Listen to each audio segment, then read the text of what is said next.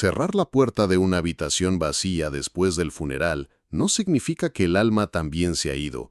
Durante los 40 días siguientes hay un tiempo invisible, misterioso, donde la memoria se mezcla con la eternidad y el corazón humano queda suspendido entre el dolor y la esperanza.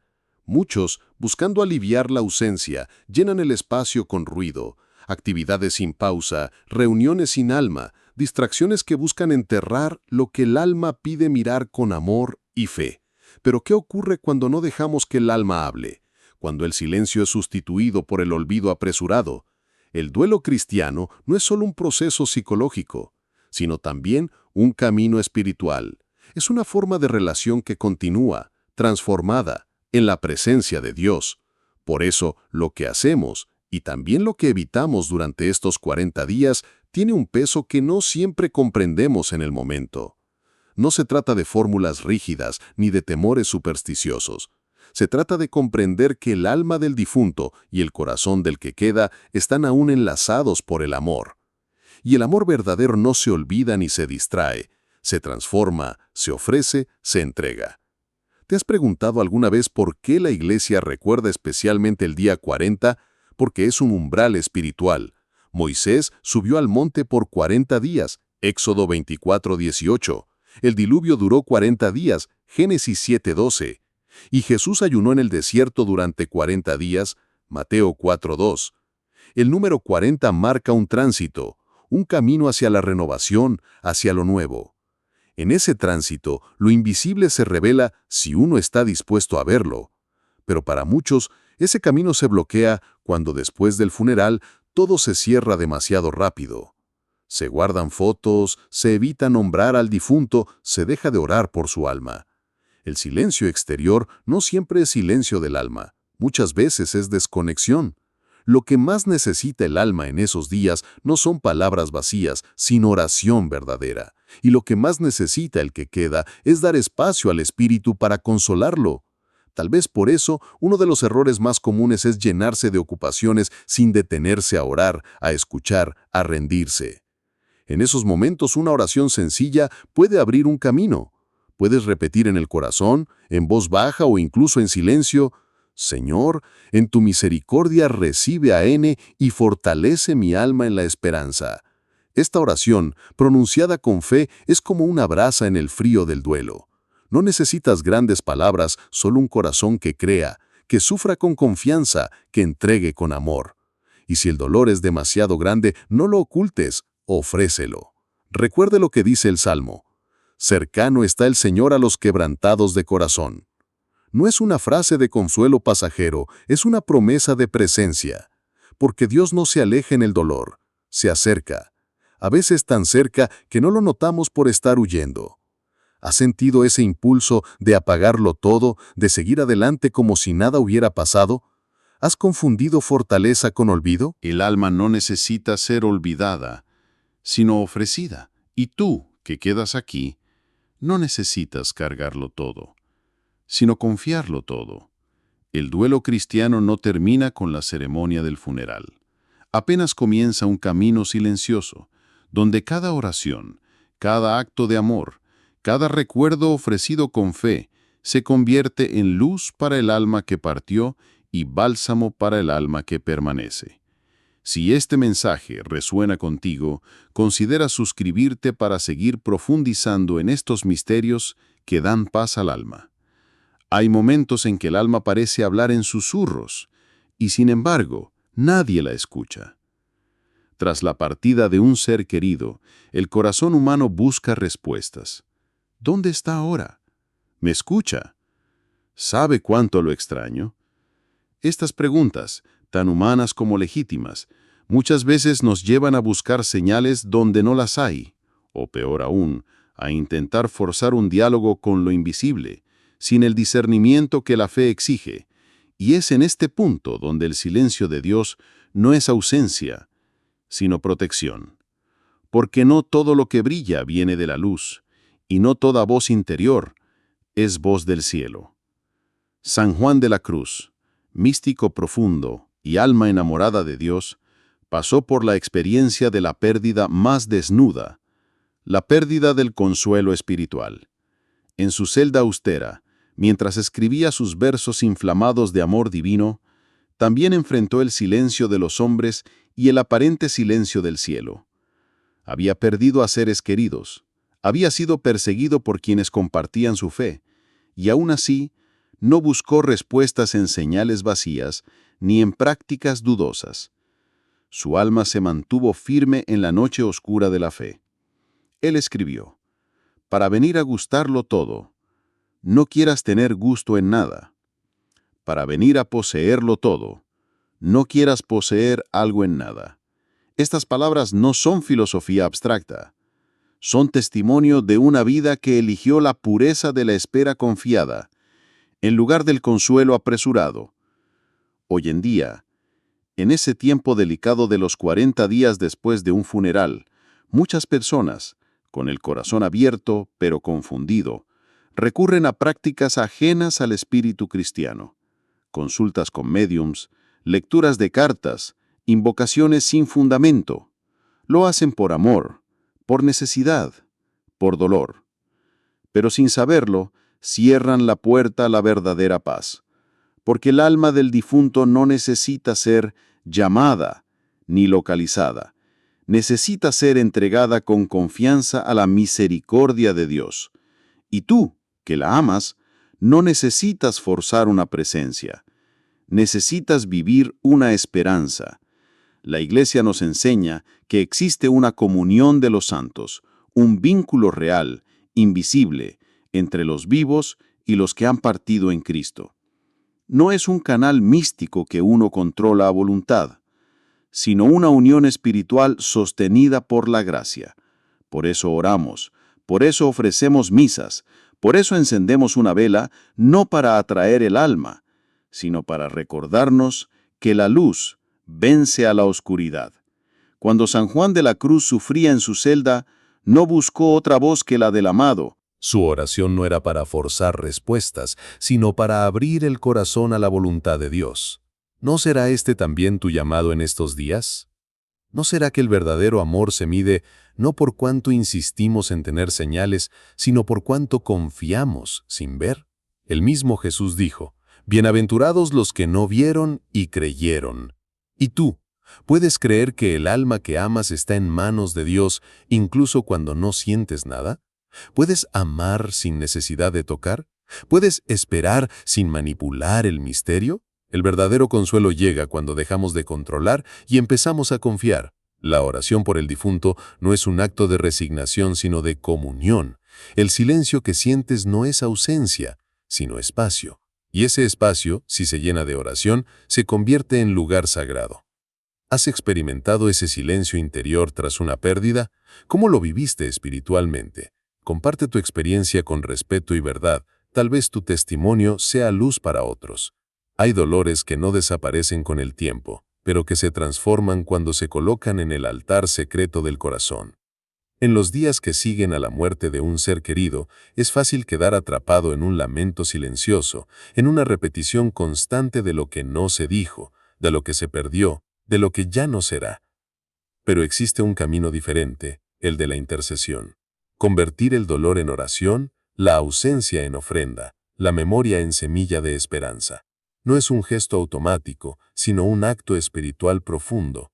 El que sufre, si reza, no solo sana, sino que sostiene.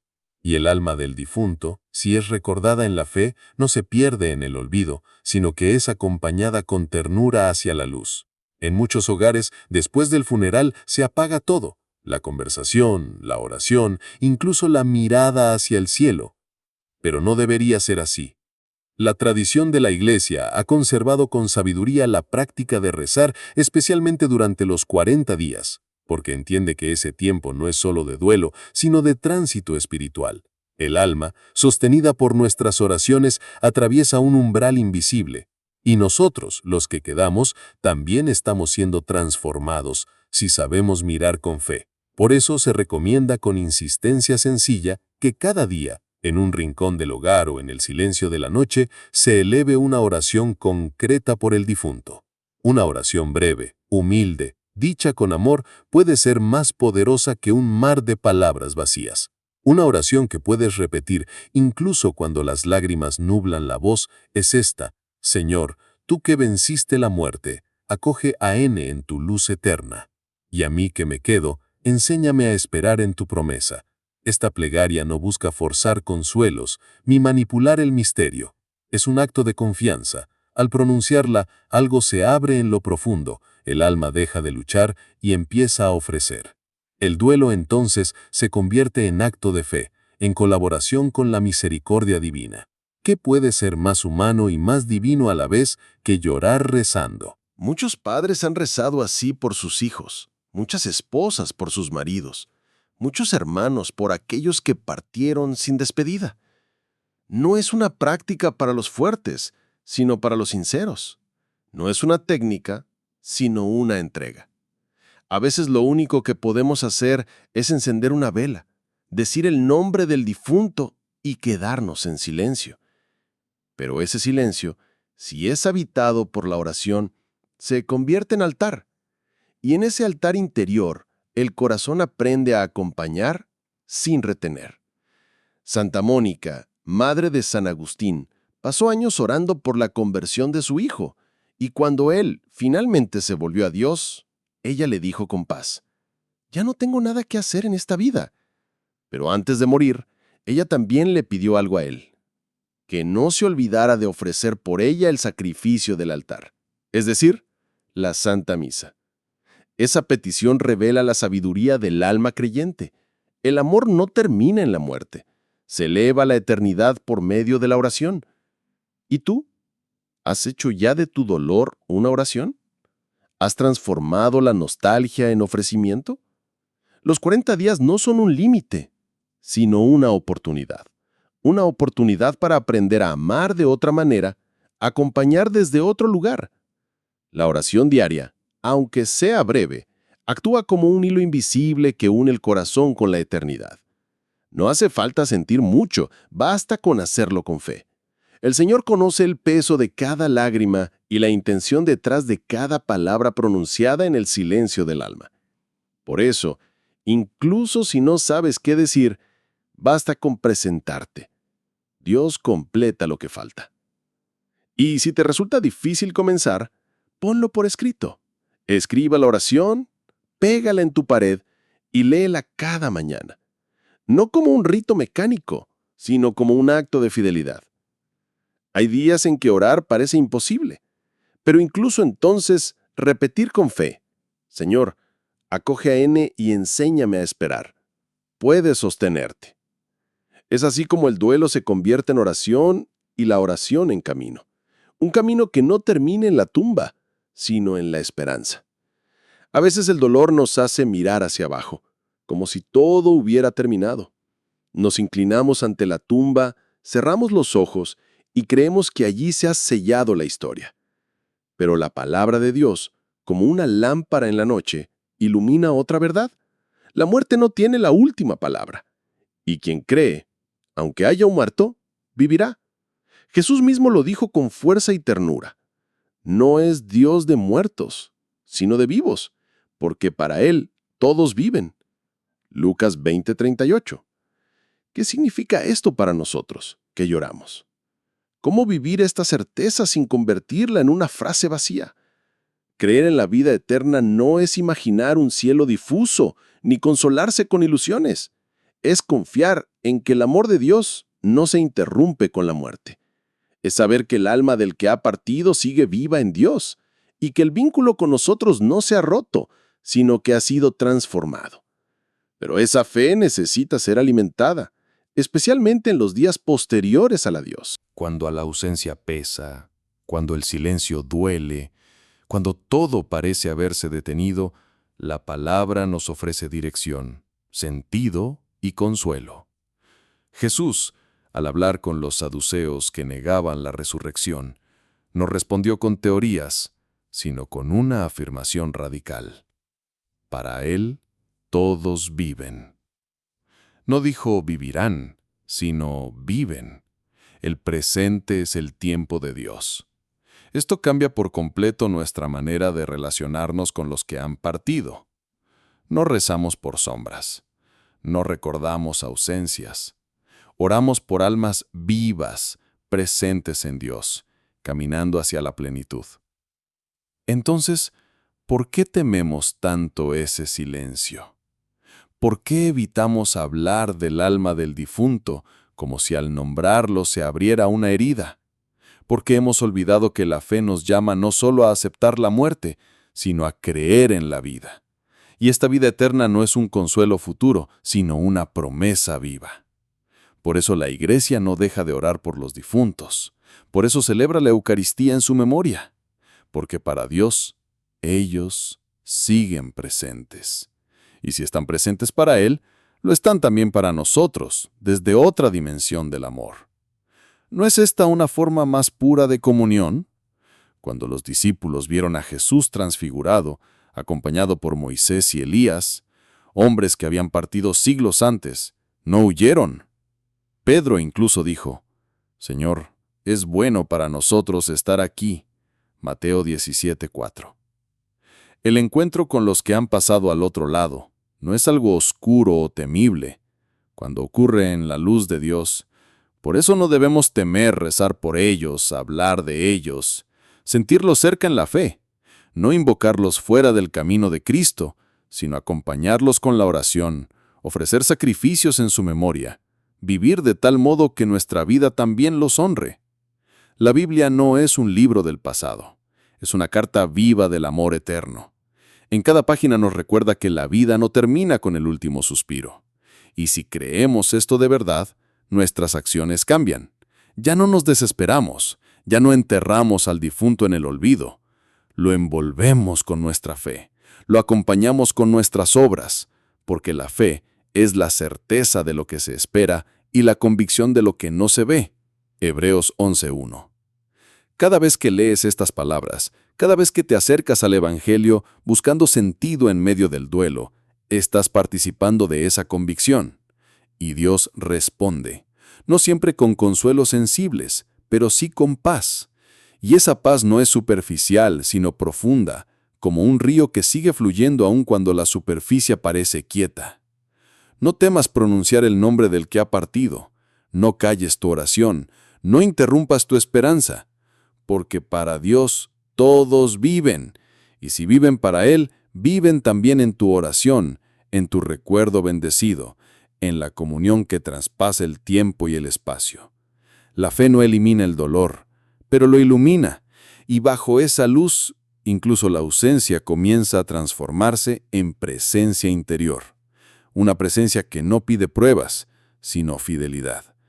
Y esa fidelidad es ya una forma de amor eterno. Cuando se acercan los 40 días desde el fallecimiento de alguien que hemos amado, algo dentro de nosotros comienza a inquietarse. No es solo una fecha, es una frontera, un umbral espiritual que, aunque invisible, se deja sentir en el corazón con fuerza. Muchos se preguntan qué hacer ese día, cómo hombrarlo, cómo acompañar al alma del difunto en ese tránsito último.